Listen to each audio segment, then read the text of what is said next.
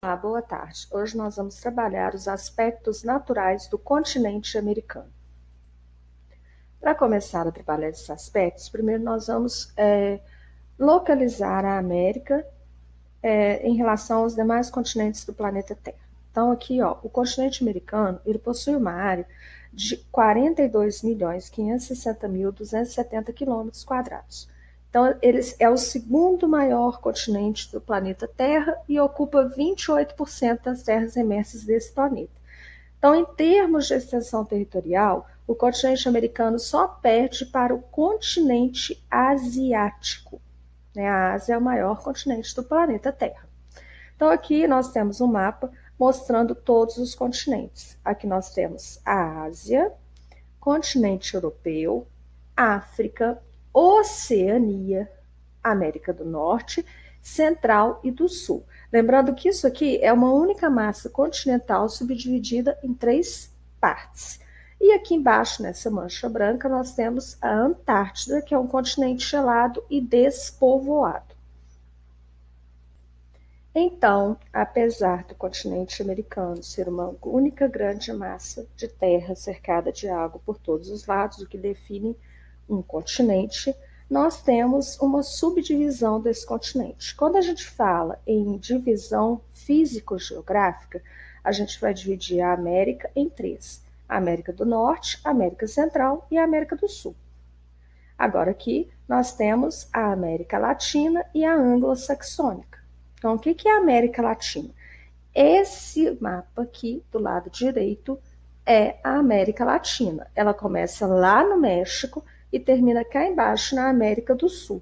Então, a América Latina, ela ocupa praticamente toda a parte continental da América.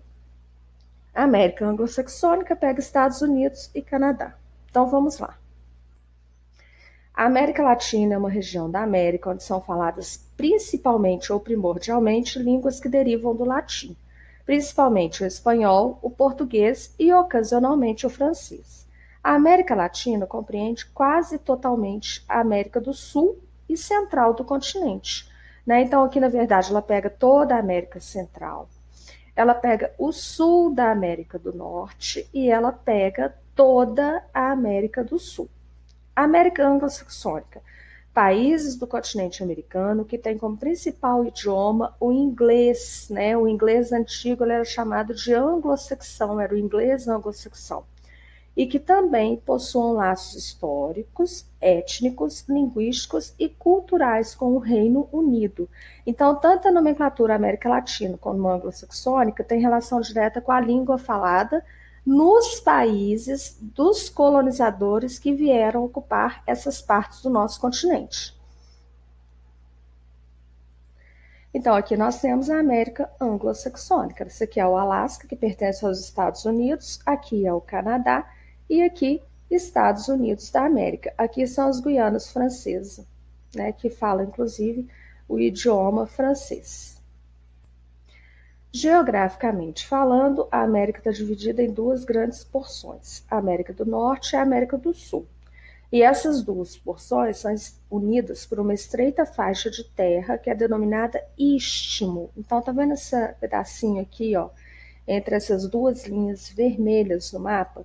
Isso aqui é a América Central, já recebe esse nome porque está no centro entre a América do Norte e a América do Sul. É uma faixa estreita de terra que vai ligar a América do Norte à América do Sul. Então, geograficamente, a gente vai ter a América do Norte, Central e do Sul. Localização da América. O continente americano está situado entre todas as zonas climáticas do planeta Terra.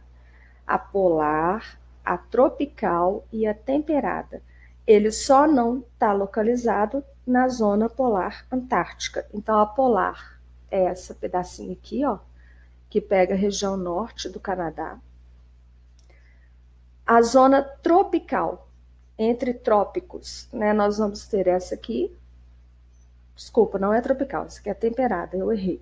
A zona tropical é que está aqui, ó, no vermelho, entre o trópico de Capricórnio e o trópico de Câncer, ok?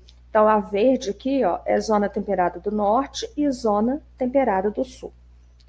Oceanos que banham a América: Oceano Pacífico, ao leste, Oceano Atlântico, e ao norte, o Oceano Glacial Ártico.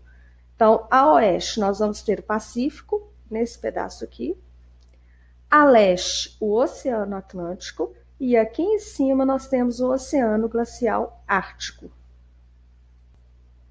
Então, gente, aqui nós temos mais uma foto de satélite. Essa foto de satélite mostra a geologia e o relevo da América do Norte. Então, nesse pedaço aqui, tá vendo? Do lado oeste, nós temos as montanhas rochosas e aqui as regiões de planície. Então, vamos entender melhor o relevo e a geologia da América do Norte.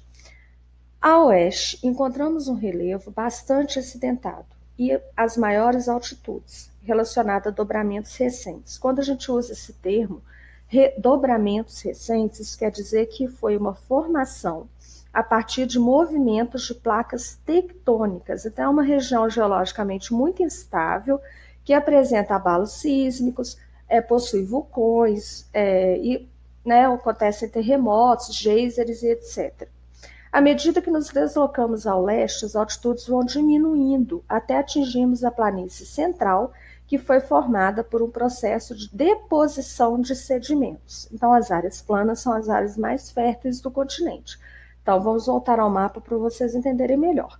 Então, essa parte aqui, ó, formação geológica recente, não tão recente assim, claro que não formou de ontem para hoje, é onde estão localizadas as montanhas rochosas, né? A partir do movimento lá das placas tectônicas, formou-se essa figura de relevo aqui. Essa parte verdinha aqui, ó, é a área de planícies. Como que ela foi formada? Pela deposição de sedimentos que saíam daqui e vinham para cá. Então, essa área aqui ela é muito fértil, ela possui muitos nutrientes. Avançando em direção ao leste, as altitudes aumentam novamente, e aí nós teremos os Montes Apalaches, que foram formados por dobramentos antigos, ou seja, essas montanhas sofreram um processo erosivo e possuem altitudes médias e baixas. Então, foi com o passar do tempo que elas foram se formando. Após ultrapassar os Apalaches, veremos uma planície litorânea que é banhada pelo Oceano Atlântico. Então, aqui nós vamos ter os Montes Apalaches e aqui o Oceano Atlântico. Hidrografia da América do Norte. No Canadá, encontramos uma grande quantidade de lagos que são originados pelo aquecimento gradual das temperaturas e derretimento das geleiras. Porém, no extremo norte, os rios eles mantêm-se congelados. Então, gente, aqui nós temos o Canadá, nessa parte de cima aqui, e essa parte branquinha aqui, ó, tá vendo? É a zona temperada polar. Então, olha só, ela é muito fria, então em grande parte do ano, esses rios mantêm-se congelados. E por que possui muitos lagos? Porque no período em que ocorre o derretimento das geleiras, a água desce e forma lagos na região do Canadá. No oeste dos Estados Unidos, encontramos o Rio Colorado e o internacionalmente Grand Canyon. Vários rios nos Estados Unidos têm suas nascentes nas montanhas rochosas e correm em direção à planície central, desaguando no Golfo do México. O transporte hidroviário é um importante meio de integração entre as economias canadenses e estadunidenses, pois reduz o custo de deslocamento de produtos comercializados entre esses dois países. Então, gente, já que nós estamos falando do Grand Canyon, ele foi esculpido pelo Rio Colorado. Foi um processo erosivo natural. Eu busquei aqui na internet para vocês verem algumas informações sobre ele, ok? Então, ele é muito visitado por turistas, né? Os turistas geralmente ficam em Las Vegas, pois a distância entre um local e outro gira em torno de aproximadamente 450 quilômetros. E aqui eu busquei algumas imagens do Grand Canyon, né? Então, ele é o maior cânion do planeta Terra e oferece ao visitante uma das visitas mais bonitas do mundo. Um show de cores entre penhascos com raios solares forma um cenário parecido com uma pintura em tela feita à mão. Então, esse aqui é uma foto do Grand Canyon, esse aqui é o Rio Colorado. Então, foi o Rio Colorado que vagarosamente esculpiu o Grand Canyon. Temos aqui outra imagem, ó. Sua paisagem é resultado da erosão do Rio Colorado. Por 2 bilhões de anos, aproximadamente, o Rio Colorado se encarregou de esculpir este desfiladeiro com a ajuda de seus afluentes, cortando seus canais entre as camadas de rocha. Dá para imaginar a imensidão desse espetáculo? Então, olha só, o rio veio, né, durante 2 bilhões de anos e foi esculpindo esse lugar. Então, é totalmente planejado, né, e arquitetado pela natureza. Aqui também, ó, eu busquei mais umas imagens dele, tá vendo? É um lugar muito lindo, né? E que valeria a pena conhecer. Climas do continente americano. Clima polar. O clima polar possui temperaturas muito baixas ao longo do ano. 10 graus Celsius no verão e chega a menos 10 graus Celsius no inverno. Então, hoje aqui em Ressaquinha deve estar fazendo em torno de uns 15 graus e já está frio. Imagina 10 graus. Isso é no período do verão. Os verões são curtos e o gelo recobre a superfície por cerca de 9 meses durante o ano. Levando em conta que o ano tem 12 meses, né, são só 3 meses do ano sem cobertura de gelo no solo. O bioma predominante vai ser a tundra, composta por musgos e líquens. Os animais são os ursos, os lobos, os antílopes, entre outros. E existe uma baixa concentração de população nessa região devido ao clima frio. Aqui nós temos duas imagens da vegetação da região de clima polar. O clima frio na América do Norte ocupa grande parte do Canadá, que já é uma região, né, caracteristicamente fria por conta de ser cortado pelo Círculo Polar Ártico. Possui baixas temperaturas e elevadas amplitudes térmicas. O que é amplitude térmica? É quando você pega a temperatura mais alta do dia e subtrai da temperatura mais baixa. Por exemplo, em Ressaquinha existe uma variação térmica hoje, uma amplitude térmica. De manhã fez 10 graus e à tarde fez 25. 25 menos 10 vão dar 15 graus de amplitude térmica.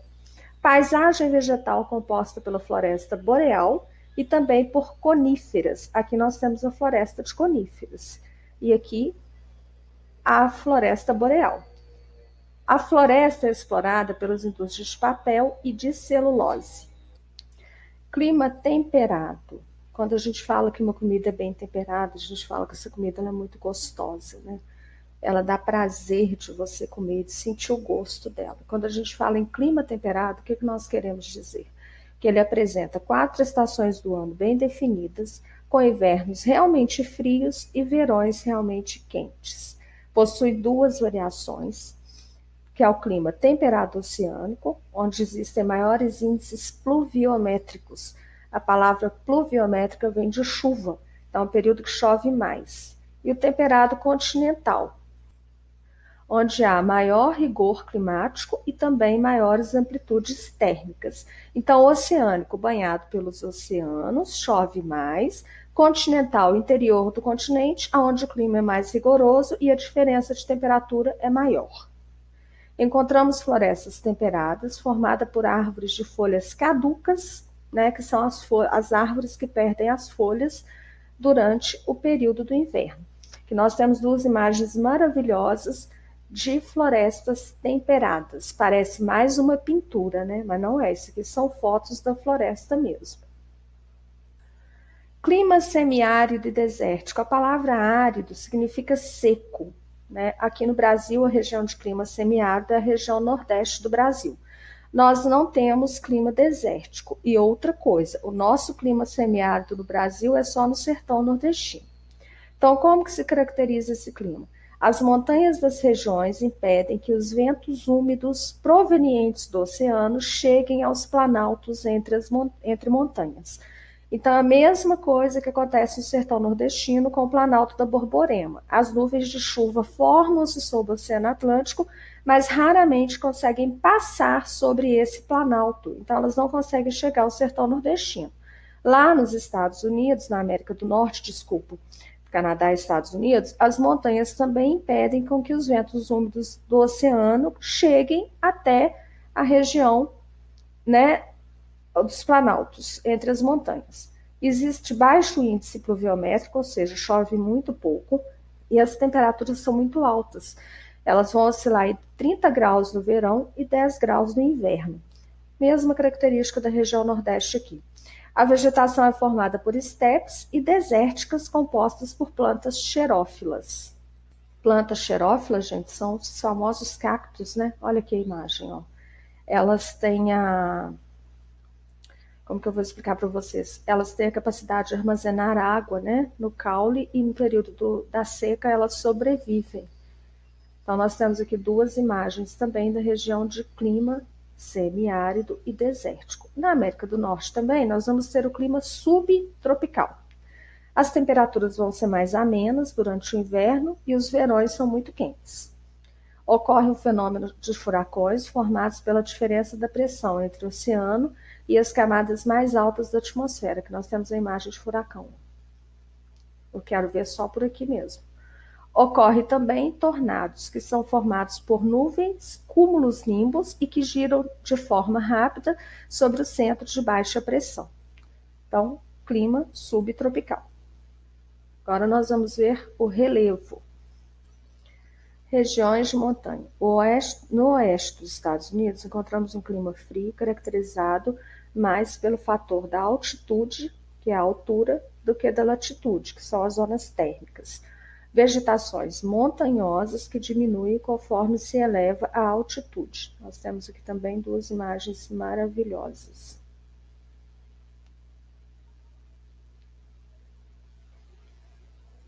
Regiões áridas. As grandes montanhas são responsáveis pela formação dos desertos na planície central americana, deserto do Atacama no Chile e o clima árido do sertão nordestino no Brasil. Como ocorre esse fenômeno é representado neste desenho abaixo. Então aqui nós vamos ver aqui, ó, vendo? O vento vem em direção ao continente, né? Ele vem carregado de umidade. Aí ele não consegue atravessar as áreas montanhosas. Conclusão, a chuva não chega do lado de cá e aqui nós teremos uma região árida com cactos.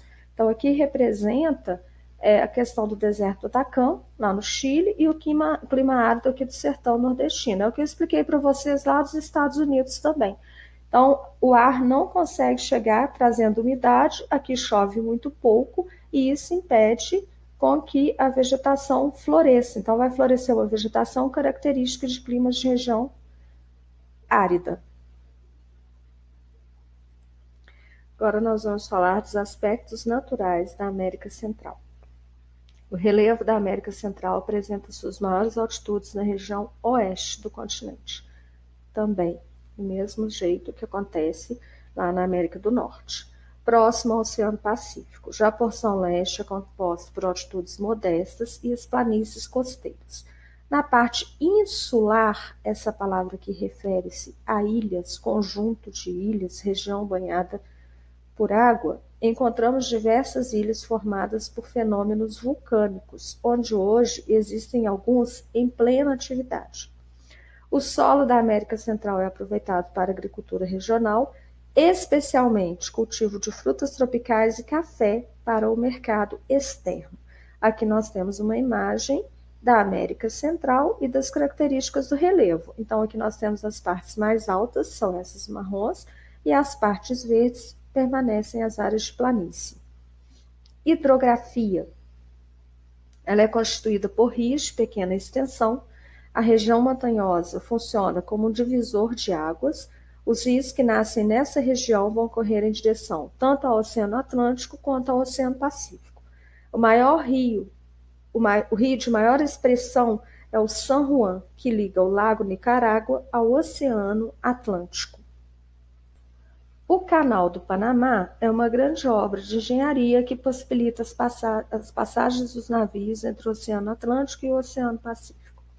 Os Estados Unidos incentivaram a emancipação do Panamá e assumiram a construção desse canal, que foi construído entre 1913 e 1914. Ele ficou sob o domínio dos Estados Unidos até 1999, quando o controle dele foi entregue novamente aos panamenhos. Então, esse aqui é o Canal do Panamá.